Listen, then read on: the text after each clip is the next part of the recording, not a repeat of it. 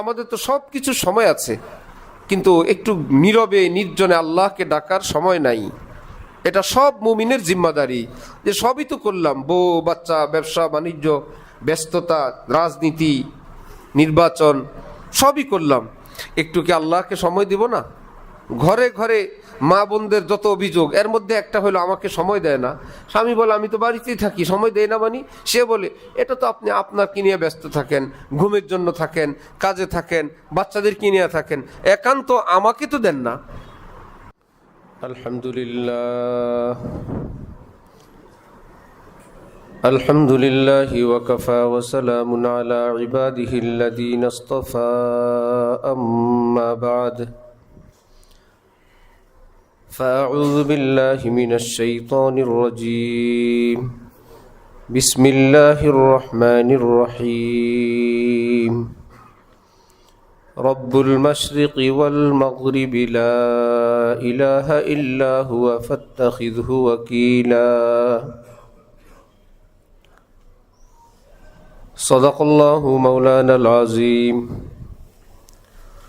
وقال رسول الله صلى الله تعالى عليه وسلم فيما يرويه عن ربه تبارك وتعالى: يا بني آدم اركع لي ركعتين أول النهار أكفك آخره. وقال رسول الله صلى الله تعالى عليه وسلم: إن أولى الناس بي يوم القيامة أكثرهم علي صلاة. وقال رسول الله صلى الله تعالى عليه وسلم: إن لله ملائكة سياحين في الأرض يبلغوني السلام، أو كما قال رسول الله صلى الله تعالى عليه وسلم. মোহতারাম মুসলিয়ান কিরাম, আমি আল্লাহ পাক রব্বুল আলামিনের পবিত্র কালামের অংশ বিশেষ তেলাওয়াত করলাম এবং হযরত রাসূল করিম সাল্লাল্লাহু আলাইহি ওয়াসাল্লামের কয়েকখানা হাদিস শরীফ পাঠ করলাম। আল্লাহ পাক কুরআন শরীফ এবং হাদিস শরীফের কামিল হেদায়েত আমাদের সকলকে নসিব ফরমান। কুরআনে পাক এবং হাদিসে পাকের সহি ইলম, সহি বুঝ আমাদের সকলকে নসিব ফরমান। হযরত রাসূল করিম সাল্লাল্লাহু আলাইহি ওয়াসাল্লাম ইরশাদ করেন, যে ব্যক্তি একবার দুরূদ শরীফ পাঠ করবে, আল্লাহ পাক রব্বুল আলামিন তার উপর 10 বার রহমত নাজিল করবেন। অপর হাদিসে নবীজি ইরশাদ করেন, কিয়ামতের দিন ঈমানদারদেরকে যখন আল্লাহ পাক জান্নাত দিবেন, যার আমল নামায় বেশি বেশি দুরূদ শরীফ পাওয়া যাবে, আল্লাহ পাক তাকে নবীজির তত কাছের জান্নাত দান করবেন।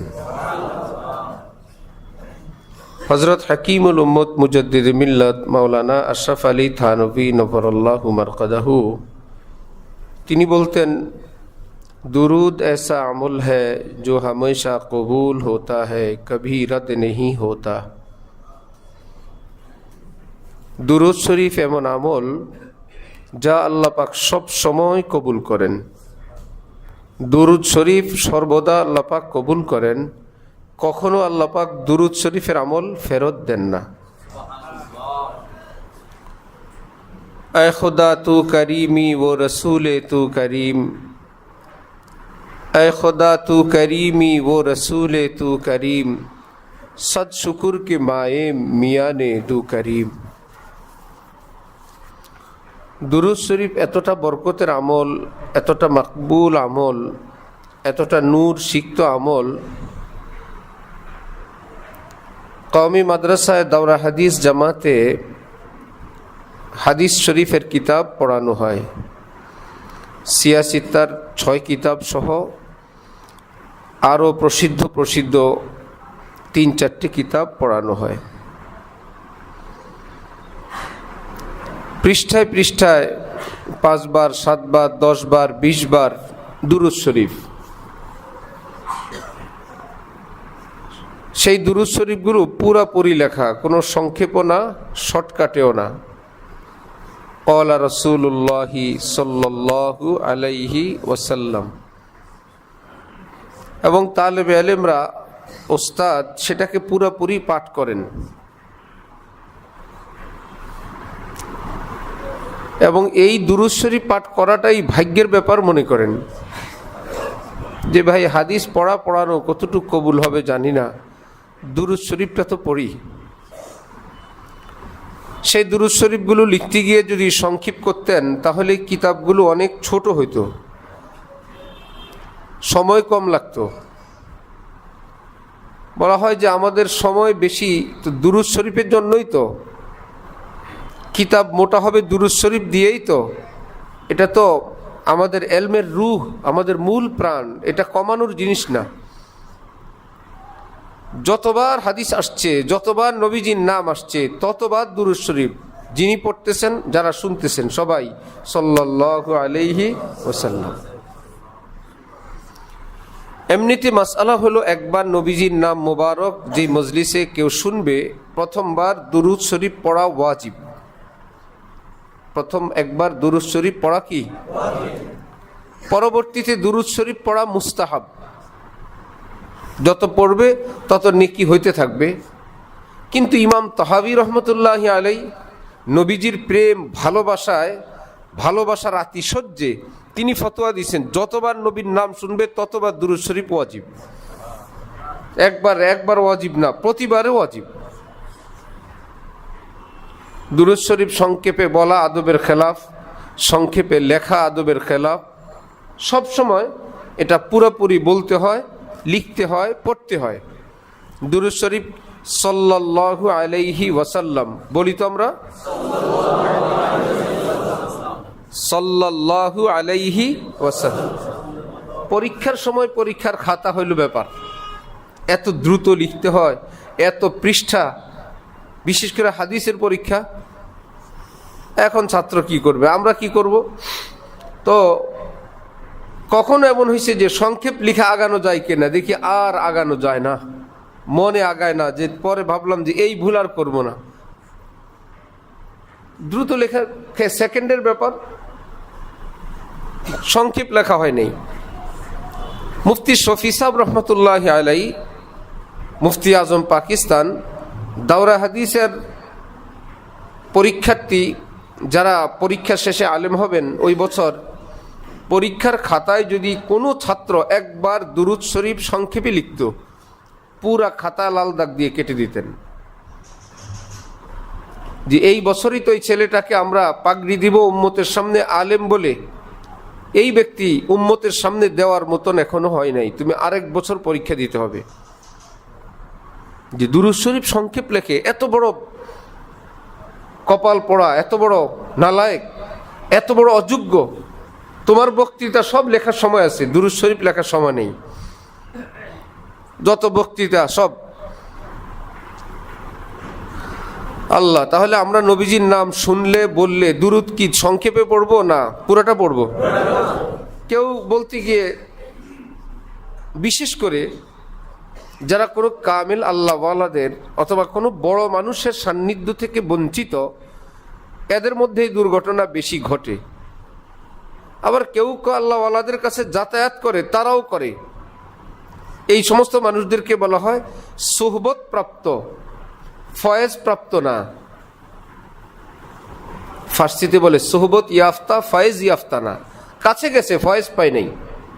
সাল্লাল্লাহু নবীজি সাল্লাল্লাহু, ফেরেশতারা কি লিখবে? অন্য কিছু লিখবে না, এটাই লিখবে। সাল্লাল্লাহু তো কোনো দুরূদ শরীফ না ভাই।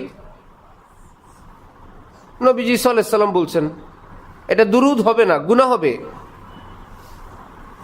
ভাই কোথায় রইল সাল্লাল্লাহু আলাইহি ওয়াসাল্লাম? কত বরকতময়, কত নুরানি, প্রাণ জুড়ানো দুরূদ শরীফ। কোথায় যাবেন? আপনার কি কথার জন্য এত শর্ট? নিজের ওয়াজটা করার জন্য, নিজের বক্তৃতা করার জন্য?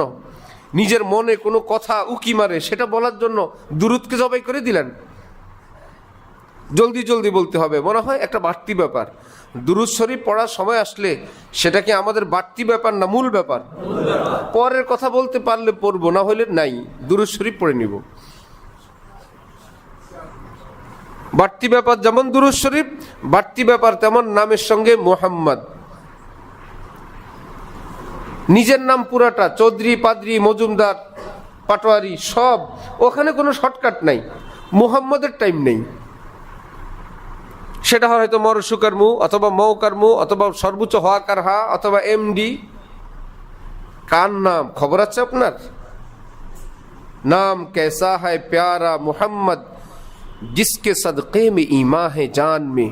কিয়ামত পর্যন্ত যদি পড়েন লা ইলাহা ইল্লাল্লাহ, মুমিন হবেন না যতক্ষণ না বলবেন মুহাম্মাদুর রাসূলুল্লাহ। কিয়ামত পর্যন্ত লা ইলাহা ইল্লাল্লাহ বললে মুমিনের খাতা নাম আসবে না। লা ইলাহা ইল্লাল্লাহ, লা ইলাহা ইল্লাল্লাহ হবে না। কালেমা হইল লা ইলাহা ইল্লাল্লাহ মুহাম্মাদুর রাসূলুল্লাহ। তাহলে নবীজির নাম মুবারক। বাবা আদম যখন আল্লাহ পাকের কাছ থেকে লম্বা সময় জান্নাত থেকে দূরে গেলেন, কান্নাকাটি করলেন, এক পর্যায়ে বললেন, আল্লাহ আমাকে মুহাম্মাদের উসিলায় মাফ করে দেন। আল্লাহ পাক জিজ্ঞেস করলেন, আদম তুমি এই নাম জানলা কোত্থেকে? এমন কোনো মানুষ তো পৃথিবীতে এখনো প্রেরণ করি নাই। বললেন, আমি জান্নাতে দেখলাম, জান্নাতের গায়ে, আপনার আরশের গায়ে এক পাশে আপনার নাম লেখা, আরেক পাশে লেখা মুহাম্মদ।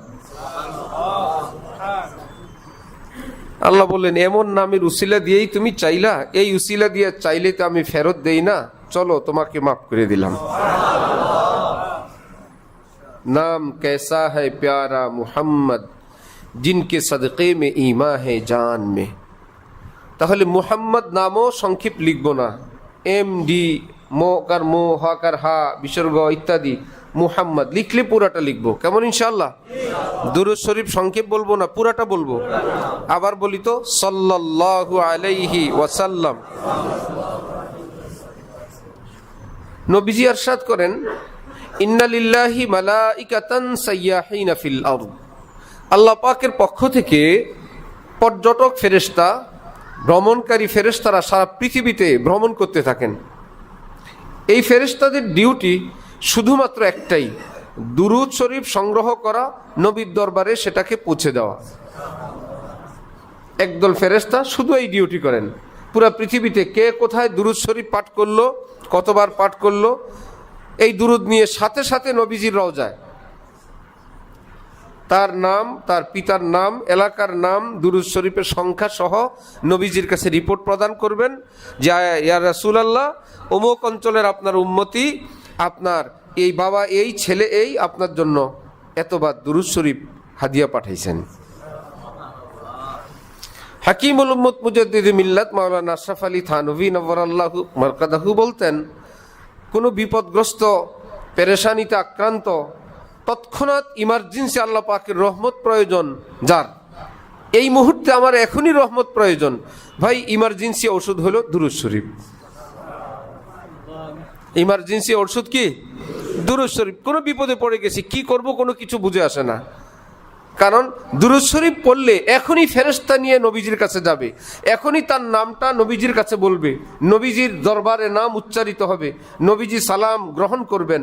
আর আল্লাহ পাক বলেন, আমার নবীর উপর যে দুরূদ পড়বে আমি তার উপর এখনই রহমত নাজিল করব। এখনই রহমত নাজিল। যে কিং কর্তব্য বিমূঢ়, একদম সিদ্ধান্তহীনতায় ভুগছি, হঠাৎ কোনো পেরেশানি, যা করার করব, সাথে সাথে দুরূদ শরীফ পাঠ করবো ইনশাআল্লাহ। আল্লাহ পাক ফেরত দেন না দুরূদ শরীফ। আরেক মাসআলা, অপরিচ্ছন্ন জায়গা জিক্রুল্লাহ, দুরূদ, এগুলো নিষেধ। দুর্গন্ধের জায়গায়, কেমন কোনো বাথরুম, ওয়াশরুমের গেটে, কোনো পেশাবখানা ইত্যাদি ময়লার ভাগাড় গন্ধ আসে, এমন কোনো জায়গায় আল্লাহ পাকের নাম তেলাওয়াত, জিক্রুল্লাহ নিষেধ। মনে মনে জল্পনা কল্পনা পারমিশন আছে, উচ্চারণ করা যাবে না, মুখে আনা যাবে না। এই নিষেধাজ্ঞা হলো জিক্রুল্লাহর ব্যাপারে গুনাহ নিষেধ, কিন্তু কেউ যদি ওই রকম জায়গায় দুর্গন্ধের কোনো জায়গায় দুরূদ শরীফ পাঠ করে, বুজুর্গানি দ্বীন লিখছেন, সে বেঈমান হওয়ার, কাফের হওয়ার আশঙ্কা আছে। আল্লাহর জিকির করলে গুনাহ হবে, নবীজির উপর দুরূদ পাঠ করলে সে বেঈমান হওয়ার আশঙ্কা। গায়ের ধাক্কা বাবা সহ্য করে, সন্তানেরটা কখনো বাবা সহ্য করেন না। আমি সইব, আমার নবীর ব্যাপারে এত বড় বেয়াদবি, কঠিন ব্যাপার। আমাদের হযরতওয়ালা ঢালকানগর, আমাদের উস্তাদ, আমার শেখ, বর্তমান পৃথিবীর শ্রেষ্ঠতম এক আলেম, শ্রেষ্ঠতম এক আল্লাহওয়ালা, এক বুজুর্গ থাকেন আপনাদের বাদামতলির কাছেই। কারণ ওনার এখানে জুমা পড়তে আসেন সন্দ্বীপ থেকে, বাংলাদেশের প্রত্যন্ত অঞ্চল থেকে। ওনার কাছে আসেন দেশ বিদেশ থেকে মানুষ। আমরা কাছে থেকেও ঘর কি মুরগি ডাল বরাবর, ঘর কি মুরগি ডাল বরাবর। আমাদের বাংলাদেশি, আচ্ছা গ্যান্ডারিয়া ঢালকানগর, আচ্ছা ঠিক আছে। হাফিজ হুজুর, আচ্ছা কামরাঙ্গীচরি, কামরাঙ্গীচরি। কবর দেওয়ার পরে এখন বলে আল্লাহ, হাফিজ হুজুর নাই, ওহো আল্লাহ মাহমুদ শফি চট্টগ্রামে থাকতেন, এখন আর নাই। আরে হেদায়েতুল্লাহ সাহেব লালবাগে যাত্রাবাড়িতে ছিলেন, এখন আর নাই। কবর দেওয়ার পরে আমাদের কদর হয়। আল্লাহু আকবার। হযরত ওয়ালা দামাত বারাকাতুহুম তিরমিজি শরীফ পড়াইতেন। তো হাদিস শরীফের এক আদব বৎসরের শুরুতে বলতেন, যখন এই আওয়াজ কানে আসবে, ক্বালা রাসূলুল্লাহি সাল্লাল্লাহু আলাইহি, নবীজি বলছেন। শ্রোতাদের এক আদব হলো নবীজির পবিত্র বাণীর সঙ্গে নিজের জীবনকে মেলানো। এই অনুযায়ী আমার জীবন আছে কি না, থাকলে শুকরিয়া আদায় করা, না থাকলে আর কাল বিলম্ব না করে আমল শুরু করে দেওয়া। কারণ এতদিন আমি অনেক কথা শুনছি, আজকে সরাসরি নবীজির কথা শুনছি। আজকে কোনো ফতোয়া, ফারায়েজ, ফেকা, বয়ান না, সরাসরি নবীজির পবিত্র জবানের বাণী আমি শুনছি। আজকের থেকে আমার আর পিছনে থাকার কোনো ব্যবস্থা নাই। ইমাম শাহ ওলিউল্লাহ মুহাদ্দিস দেহলভী, যিনি ভারত, পাকিস্তান, বাংলাদেশ, নেপাল, ভুটান, মায়ানমার এই সমস্ত অঞ্চলের সমস্ত আলেমদের ওস্তাদের ওস্তাদের ওস্তাদ, সবার মূল তিনি। হাদিসের সূত্র, হাদিসের সনদ, আমার উস্তাদকে, তার উস্তাদকে, তার উস্তাদকে, এরকম সকল আলেম, আলিয়া কওমি হোক, এ সকলের গোড়া এক জায়গায়। তিনি হলেন ইমাম শাহ ওলিউল্লাহ মুহাদ্দিসে দেহলভী। বড় বেশি মাপের বড় মানুষ। তিনি বলতেন, যেই মজলিসে হাদিস শরীফ পড়ানো হয়, দরসে হাদিস হয়, আমি আমার চর্ম চোখে স্বচক্ষে দেখি নবীজির রওজায়ে পাক থেকে নূরের কতগুলো তার ওস্তাদ ছাত্রের বুকের সঙ্গে লেগে আছে, মদিনা থেকে নূর সাপ্লাই হইতেছে।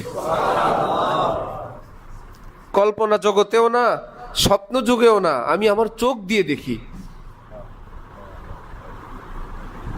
এত বড় হাদিসের মর্যাদা। হযরত ইমাম শাহ ওলিউল্লাহ দেহলভী বলেন, আল্লাহ পাক আমাকে এলমি দ্বীন দান করলেন, কোরআন হাদিস বুঝার তৌফিক দিলেন। মাঝে মাঝে আমি কল্পনা করি,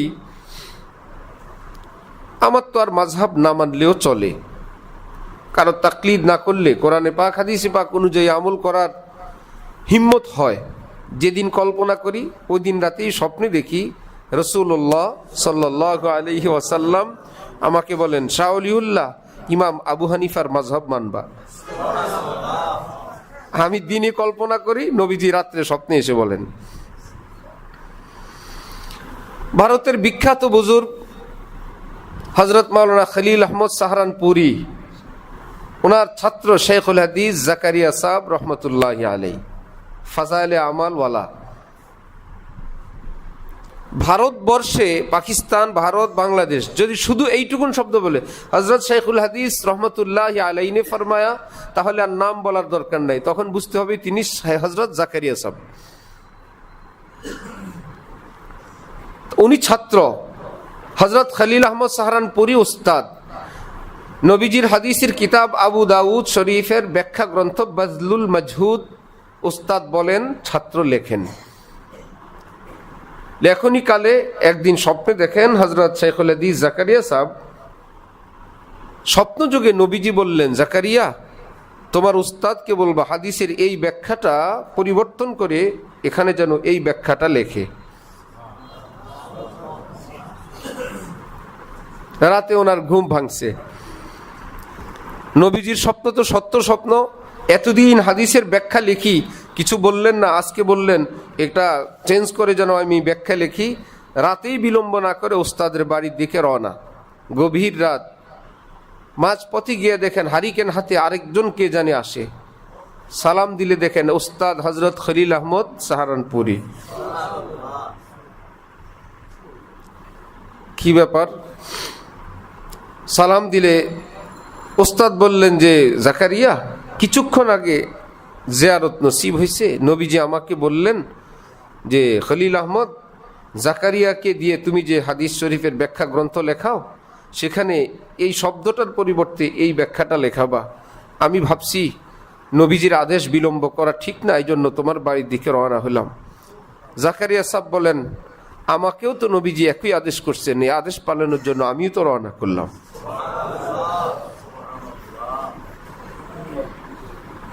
আল্লাহ আমাদেরকে এই মহামনীষীদেরকে চেনার কদর করা তৌফিক দান করেন।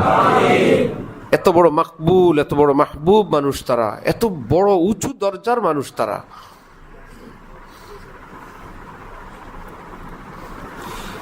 দারুল উলুম দেওবন্দের হযরত মাওলানা আনজার শাহ কাশ্মীরি রহমতুল্লাহ আলাইহি,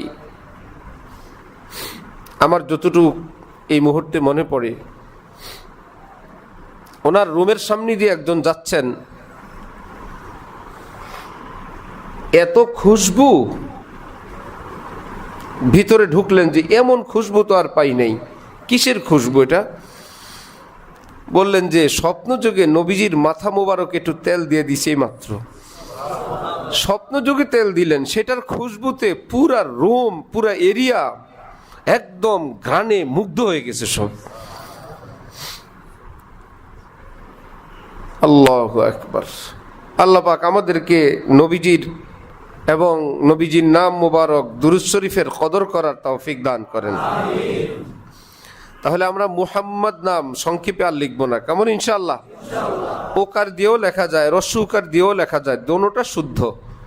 ম উকার মু, ম ওকার মু, দোনোটা লিখতে পারবেন, দোনোটা দিয়েই হবে। আর একটা হচ্ছে মুহাম্মদ না মুহাম্মদ, দোনোটাই লিখতে পারবেন, কোনোটাই গলত না বাংলায়। কেমন? কেউ যদি মুহাম্মদ লেখেন তাও ঠিক আছে, মুহাম্মদ লিখলেও ঠিক আছে, ম ওকারও ঠিক আছে, ম রসুকারও ঠিক আছে। দুরূদ শরীফ আমরা সংক্ষেপে লিখব না। বাংলায় বই পুস্তকে ছাপানো হয় অনেক জায়গায়, যেই করুক লেখক কিংবা যারা প্রিন্ট করেন, কম্পোজ করেন, না জানার কারণে মনে করে দুরূদ শরীফ দন্তাস, এখানে দুরূদ লেখার সওয়াব হবে না। সালাম বললে অথবা এই ধরনের কোনো অস্পষ্ট কোনো ভাষায় দুরূদ শরীফের টাইমটা ইমার্জেন্সি পার করে চলে গেলে দুরূদ শরীফের হক আদায় হবে না, এবং বেয়াদবি করার কারণে কোনো ধরনের আযাব গজবের আশঙ্কা আছে। ময়লা দুর্গন্ধময় কোনো জায়গায় দুরূদ শরীফ পড়া যাবে না। গুনাহের আশঙ্কা তো আছেই, বেঈমান হয়ে কাফের হয়ে মরার আশঙ্কা আছে। আল্লাহ আমাদেরকে তৌফিক দান করেন। এক বাদশার গোলামের নাম মুহাম্মদ কুলি, সব সময় এটাই ডাকেন, মোহাম্মদ কুলি। একদিন ডাকলেন, কুলি। সে বেচারা উজুর পানি নিয়ে আসছে। বাদশা বললেন, আমি তোমাকে ডাকলাম, উজুর পানি কেন আনলা? গোলাম বলতেছে, আপনি সব সময় আমাকে মোহাম্মদ কুলি বলে ডাকেন, আজকে মোহাম্মদ শব্দ বলেননি, খালি কুলি বলছেন। আমি এর থেকে আশঙ্কা করলাম আপনার মনে হয় উজু নাই, এই জন্য মোহাম্মদ বলেন নাই। বাদশাহ বলে, ঘটনা তো তাই, এই জন্যে আমি খালি কুলি বলে ডাক দিছিলাম। কেমন বাদশা কেমন গোলাম। আমরা তো সেই গোলামও হইতে পারি নাই, আমরা তো সেই কর্মচারীও হইতে পারি নাই। নামে ডাকে হাঁকে ডাকে তো অনেক কিছু হইলাম, ওই গোলামের মতো হইতে পারলাম না। তার মেধা কতটা তুখর, কতটা প্রখর, এবং তার হুব্বেশ নবী তার ভিতরে কতটা মৌজুদ, যে কি ব্যাপার মনে হয় উজু নাই, এই জন্য নবীজির নাম মোবারক বলেন নাই। কেউ যদি দুরূদ শরীফ পড়ার জন্য উজু করেন, খুব উত্তম কাজ। আমি দুরূদ শরীফ পাঠ করব, এই জন্য উজু করছি। আমি দুরূদ শরীফ পাঠ করব, এই জন্য সুন্দর জামা পরতেছি। দুরূদ শরীফ পাঠ করব, এই জন্য আতর খুশবু লাগাই। আমি দুরূদ শরীফ পাঠ করব, এই জন্য মেসওয়াক করি, পেস্ট লাগাই, মাউথ ওয়াশ দেই, মাউথ স্প্রে দেই। এই জবান দিয়ে এখন আমি নবীজির উপর দুরূদ শরীফ পাঠ করব। যত গুরুত্ব দিবেন তত বেশি মর্তবা আল্লাহর কাছে পাবেন। আমরা হজে যাব, হযরত আলা দামাত বারাকাতুহুম এর সঙ্গে দয়া করে তিনি আমাকেও নিবেন, সামান প্রস্তুত সব কিছু। হযরত আলার মানুষ একদম কাছে থাকলে মানুষের ব্যক্তিগত জীবনের অনেক তথ্য জেনে যায়, কিন্তু কখনো আমার জীবনে অনেক বছর, তো 94-95 থেকে 30-31 বছর বা 32 বছর, কখনো ওনার কথায় বা কাছে, একদম কাছে গেলে মুখ থেকে মানুষের দীর্ঘ সময় মেসওয়াক না করার কারণেও তো একটু গ্যাস হয়, আমার জীবনে আমি পাই নাই। ফ্রেশ থাকেন, পরিচ্ছন্ন থাকেন সব সময়। কমপক্ষে ঘুম থেকে উঠলে তো মানুষের একটা এমন হয়। হজের সফরে বিভিন্ন সময় খুব কাছে থাকার সুযোগ কখনোই হয় নাই। এইরকম পরিচ্ছন্ন পরিপাটি একজন মানুষ যাবেন, আমাকে বলতেছেন যে ভাই এইরকম খুশবুদার কোনো চকলেট নাও, এই মাউথ স্প্রে নাও। আমি তো তখন বুঝি নাই, আমি আমার ব্যাগে নিলাম। মক্কা শরীফে আছি, এটা যখন মদিনা শরীফ রওনা করলাম বললেন সেগুলো কোথায় আছে? আছে, সাথে আছে। জি হযরত আল্লাহ। মদিনা শরীফ আসার পর সুন্দরভাবে গোসল করলেন, নতুন জামা পরলেন, এইবার বললেন কোথায় দাও তোমার সে খুশবুদার, মুখ খুশবু করার কি আছে বের করো। তার মানে এখন পৃথিবীর শ্রেষ্ঠ পবিত্র জাত হযরত মুহাম্মদুর রাসূলুল্লাহ সাল্লাল্লাহু আলাইহি ওয়াসাল্লামের দরবারে হাজির হবেন, এজন্য এইভাবে রওনা হয়েছেন। যত রকমের আতর, খুশবু, সুন্দর জামা কাপড় এবং বাহ্যিক যেটা প্রয়োজন, তওবা ইস্তিগফার তো থাকেই। নবীজির দরবার শায়েখের কাছে যাওয়ারই আদব, হক্কানি কোনো আলিম আল্লাহওয়ালার কাছে যাওয়ারই আদব। তওবা ইস্তিগফার করতে করতে যাও, ভালো পোশাক পরে যাও। আমরা তো পরি দুনিয়ার কাউকে দেখানোর জন্য। হযরত ওয়ালা করাচি বলেন, আল্লাহ ওয়ালারা ভালো লেবাস এজন্য পারেন তাকে হাম আপনি আল্লাহ কো আচ্ছে লাগে, আল্লাহ পাক দেখলে যেন খুশি হয়ে যান, ওয়াহ কত সুন্দর পোশাক পরছে আমার বান্দা। সুন্দর পোশাক পরার একটু নিয়ত পরিবর্তন করলে সুন্দর পোশাকও হইলো আরো সুন্দর হবে। আমি যত সুন্দর পরবো আমার আল্লাহ আমাকে তত সুন্দর দেখবেন। আমি আল্লাহকে আরো সাজুগুজু করে দেখাবো, আরো সুন্দর করে দেখাবো। আল্লাহু আকবার। তো হযরত আলা করাচি এক বাপের এক ছেলে ছিলেন। তো উনি বাড়িতে আসবেন, ওনার বাবা অনেক সুন্দর জামা পরতেন। ছেলে বাড়িতে আসবে, নিজের ছেলে বাড়িতে আসবে, ভালো জামা পরতেছেন বাবা, চোখে সুরমা দিচ্ছেন। তো ওনার মা বলতেন আপনি এমন করেন কেন? বলতেন আমার ছেলে আমার কাছে আসবে, এক নজরে দেখলে যেন বাবাকে ভালো লাগে, আমার বাবাকে কত সুন্দর লাগে, তো আপনি চোখে সুরমা দেন কেন? বলতেন সুরমা দিলে চোখের জ্যোতি বাড়ে, আমার তো একটাই ছেলে, মানুষ 2-4টা দেখে প্রাণ জোড়ায়, চোখ জোড়ায়, আমি যাতে আমার আখতারকে মন ভরে দেখতে পারি এই জন্য চোখে সুরমা লাগাই। কি বাবা কি ছেলে তারা। তো এই যদি হয় যে আমার বাবা, আমার ছেলে আমাকে দেখলে যেন সুন্দর লাগে, যে আমার বাবাকে কত ভালো লাগে, কত সুন্দর লেবাস, তো আল্লাহ ওয়ালারা যাদের নিয়ত বিশুদ্ধ, নেককার মানুষরা সুন্দর পোশাক পরে পৃথিবীর কাউকে দেখানোর জন্য না, এ তো দেখবেই, দেখলে দেখুক যে আজকে আমি এত সুন্দর পোশাক পরলে আল্লাহ পাকের কাছে জানি কত ভালো লাগবে। কত ভালো লাগবে। আজকে আমার শরীরের ময়লা পরিষ্কার হয়ে গেলে আল্লাহ জানি কত খুশি হবে যে আমার বান্দা কতটা পরিচ্ছন্ন। আল্লাহু নাজিফুন ইউহিব্বুন নাজাফা। আল্লাহ পাক পৃথিবীর শ্রেষ্ঠ পরিচ্ছন্ন, এবং পরিচ্ছন্নতা তিনি ভীষণ পছন্দ করেন, অনেক পছন্দ করেন। পাক পাক সাফ সাফ সুতরা পরিচ্ছন্নতা। তো সেই দরবারে আকদাস যাকে আল্লাহ পাক বলেন ইন্নাকা লাআলা খুলুকিন আযীম, হে নবী আপনার চেয়ে উন্নত চরিত্র এই পৃথিবীর আর কারো নাই, সেই দরবারে যাব, কত বড় আদব। এবং মদিনা শরীফের এরিয়া, মদিনা শরীফের হুদুদ সীমানা যেখান থেকে শুরু, স্বয়ং নবীজি যখন বাহিরের সফরে যেতেন মদিনা শরীফের সীমানায় প্রবেশ করার আগে আগেই জামার বুতাম খুলে দিতেন, হাতা উপরে উঠে দিতেন, যেন মদিনা শরীফের বাতাস নবীজির গায়ে লাগে।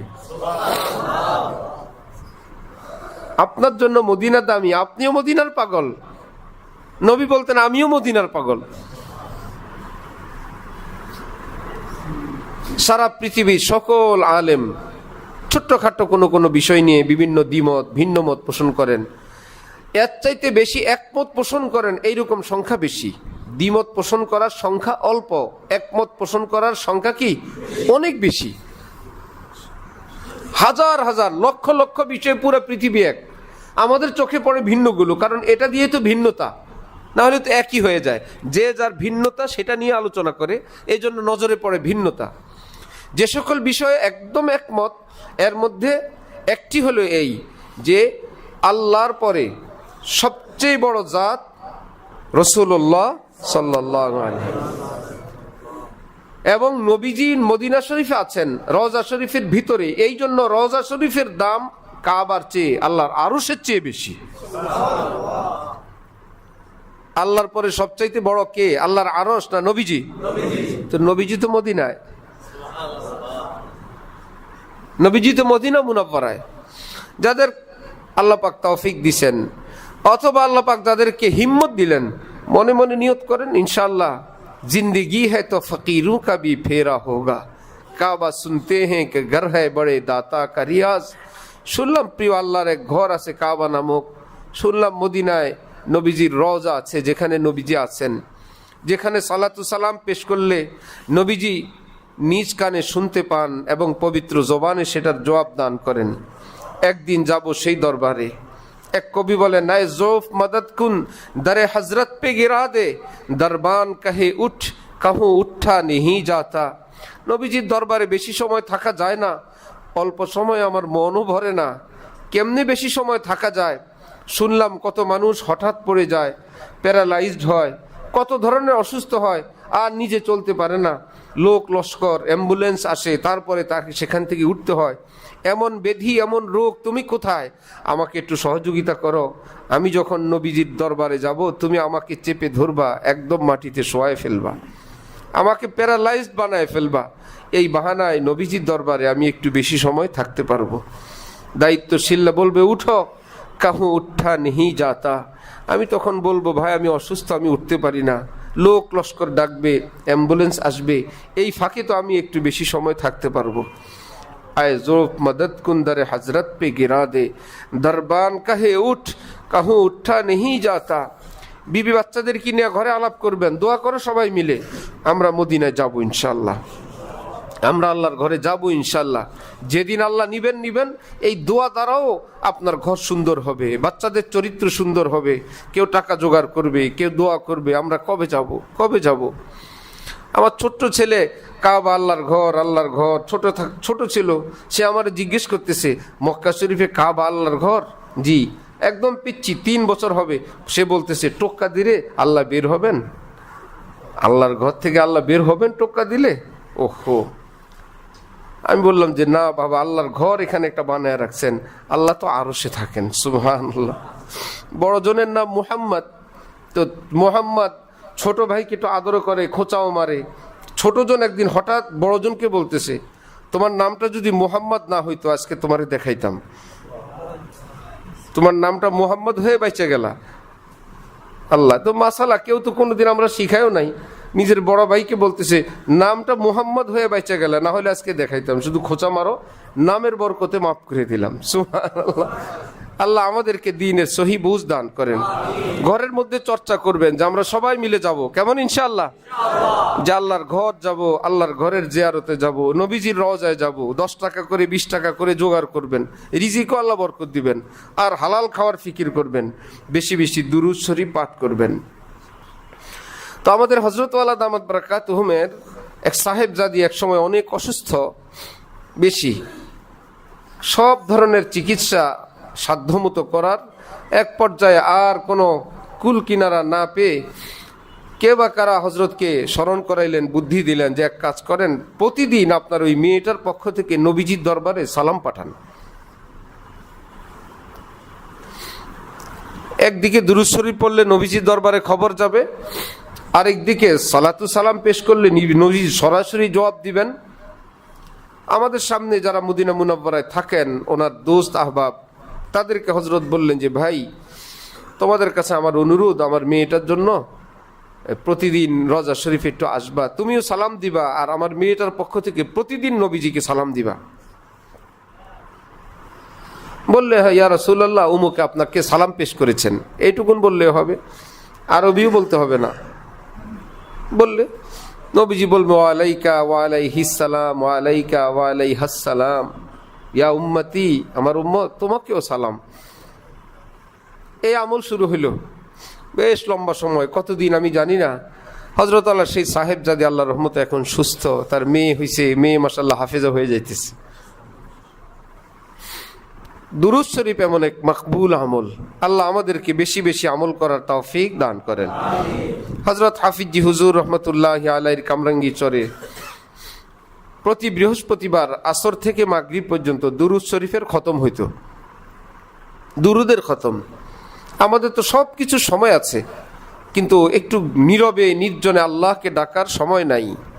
এটা সব মুমিনের জিম্মাদারি, যে সবই তো করলাম, বউ বাচ্চা, ব্যবসা বাণিজ্য, ব্যস্ততা, রাজনীতি, নির্বাচন, সবই করলাম, একটু কি আল্লাহকে সময় দিব না? ঘরে ঘরে মা বোনদের যত অভিযোগ, এর মধ্যে একটা হলো আমাকে সময় দেয় না।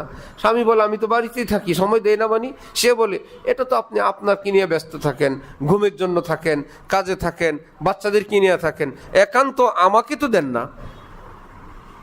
একদম আমরা দুইজন একটু বসবো, চা খাবো, একদম আন্তরিকতাপূর্ণ পরিবেশে আমরা দুইজন বসবো, এটা তো হয় না। ওইটার নাম সময়? নবীজি একদিন চুপ করে আছেন, আম্মি জান হযরত আয়েশা গেলে বললেন মান আন্তি, কে তুমি? আনা আয়েশা, আমি আপনার আয়েশা। বললেন মান আয়েশা, আয়েশা আবার কে? বিনতে আবি বকর, আবু বকরের মেয়ে আয়েশা। বললেন মান আবু বকর ইবনে আবি কুহাফা, মান আবু কুহাফা। আম্মি জান ফকিহা ছিলেন, আলেমা ছিলেন, বড় বা আদব মানুষ ছিলেন, ভাগ্যবতী নারী ছিলেন। কেমন কথা! বাবা হইল আবু বকর সিদ্দিক, মেয়ে হইল আয়েশা সিদ্দিকা। সিদ্দিকা মানে হইল আল্লাহ পাকের সর্বোচ্চ নৈকট্য প্রাপ্ত মানুষ। সর্বোচ্চ নৈকট্য প্রাপ্ত মানুষদের কি বলে? সিদ্দিক। আবু বকর সিদ্দিক, আয়েশা সিদ্দিকা। সুবহানাল্লাহ, সিদ্দিকের বেটি সিদ্দিকা। সেই মানের এলেম হেলেম বুঝ, কোনো টাচ করলেন না, ধমক দিলেন না, অনাকাঙ্ক্ষিত কোনো কাজ না করে তিনি দূরে চলে গেলেন। আমার স্বামী স্বামী না, আমার নবী সাইয়্যিদুল মুরসালিন, আমার স্বামী তো নবী। কিছুক্ষণ পরে আবার বললেন, কাছে গেলেন, দেখলেন স্বাভাবিক। বললেন যে কিছুক্ষণ পূর্বে অমুক সময়ে এরকম আপনি কাউকে চিনলেন না, না আমাকে, বাবাকে, দাদাকে। তখন নবীজি বলেন ইয়া আয়েশা লিমা আল্লাহি ওয়াক্তুন লা ইয়াসাউহু মালাকুন মুকাররাব ওয়ালা নাবিয়্যুন মুরসাল। আয়েশা, আমি আমার আল্লাহর সাথে প্রতিদিন একটু সময় কাটাই, আল্লাহ পাকের সঙ্গে আমি থাকি আর আল্লাহ থাকেন। এমন নৈকট্য আল্লাহ আমাকে দেন, ওই পর্যন্ত কোনো নবী, রসুল, ফেরেশতাও পৌঁছতে পারে না। ওই সময় আমি পৃথিবীর কাউকে চেনার কোনো উপায় থাকে না। এমন কোনো সময় হয়তো তুমি আমার কাছে গেলা। হাকিমুল উম্মত থানভী নওয়ারাল্লাহু বারাকাতুহু বলেন, নবীজির ওই ছাপ, ওইটার একটা নমুনা, ওইটার একটা নকল সকল উম্মতের জন্য উত্তম, যে কিছু সময় আল্লাহর সঙ্গে কাটানো। ভাই হইল তো, একদম কয়েক সেকেন্ডই হোক, 1-2 মিনিটে হোক, যে আল্লাহর সঙ্গে হাদিস শরীফে আছে রাকিবিল্লাহ তাজিদহু তুজাহাক, তুমি ধ্যান করো আল্লাহর, আল্লাহকে তুমি তোমার সামনেই পাবে, আল্লাহকে কাছেই পাবে। চুপে চুপে বিনা হাতে বিনা শব্দে আল্লাহর সঙ্গে কথাই হোক, চোখ বন্ধ করে পুরো পৃথিবীর থেকে বিচ্ছিন্ন হয়ে, হে প্রিয় আল্লাহ, আপনার কত নেয়ামত আমার উপর, আল্লাহ আমাকে ক্ষমা করে দেন, আমাকে মাফ করেন। যা চাওয়ার চাইলেন, 1-2 কথা বললেন, আবার স্বাভাবিক হইলেন। হজরত মাওলানা মঞ্জুর নোমানি, হজরত মাওলানা শাহ আবরারুল হক সাহেব, এইরকম বড় বড় আল্লাহওয়ালারা এক জায়গায় দাঁড়ানো। একজন বলে উঠলেন, হজরত আবি ইদার নেহি হ্যাঁ। শাহ মোহাম্মদ আহমদ সাহেবের ভাবসাব দেখে ওনারা বললেন, হজরত কিন্তু এখানে নাই। নিজেদের মধ্যে দাঁড়ানো। একটু পরে উনি আবার হঠাৎ সালাম দিয়ে বসছেন, আসসালামু আলাইকুম রহমতুল্লাহ। সাথীরা বললেন, হজরত ইয়ে কেসা সালাম হয়? এক জায়গায় দাঁড়ানো অবস্থায় তো সালাম দেওয়া সুন্নত না, সাক্ষাতে কিংবা বিদায়ে সালাম। হজরত বললেন, নেই मैं तो अभी आया। ওনারা বললেন, নেই হজরত हम तो पहले से थे। এইবার এই কথার ফাঁকে উনি ধরা পড়ে গেছেন।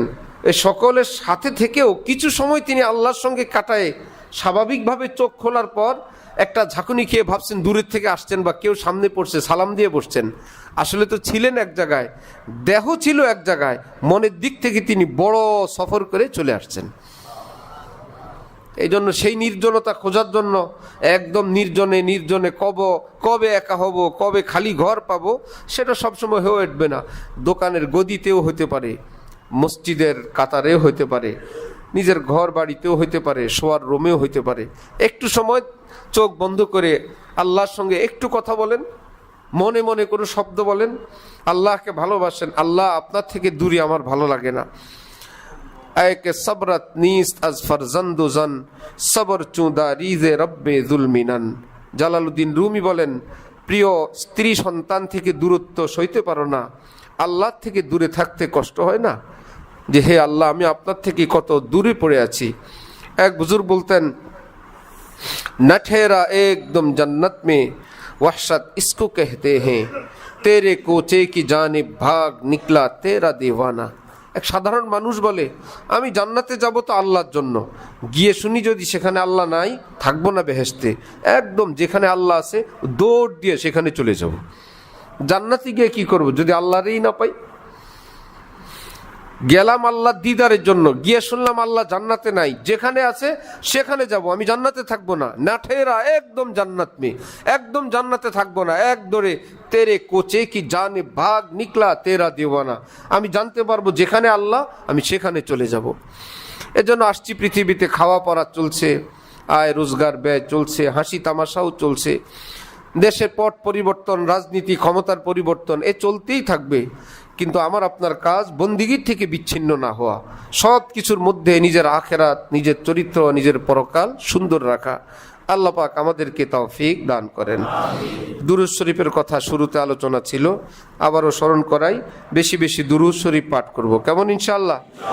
নগদ বিপদ আপদ মুসিবত এবং আল্লাহর রহমত প্রয়োজন হলে আমল কি করা? দুরূদ শরীফ পাঠ করা। দুরূদ শরীফ সংক্ষেপে না পুরাপুরি? পুরাপুরি। কেমন ইনশাআল্লাহ?